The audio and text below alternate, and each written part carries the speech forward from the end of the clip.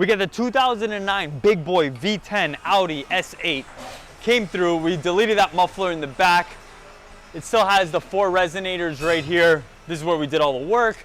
And we hit them off with those quad Acropovic burnt blue tips. Check those out. This thing is gonna sound so loud, so aggressive. I like this. I like this V10 a lot. Guys, also go to gexhaust.com. It's up. You could order anything you want off that website when it comes to exhaust, intakes, whatever. Go check it out. Link in the description. Or go to muffyd.com as well to get some merch. All right, let's hear this.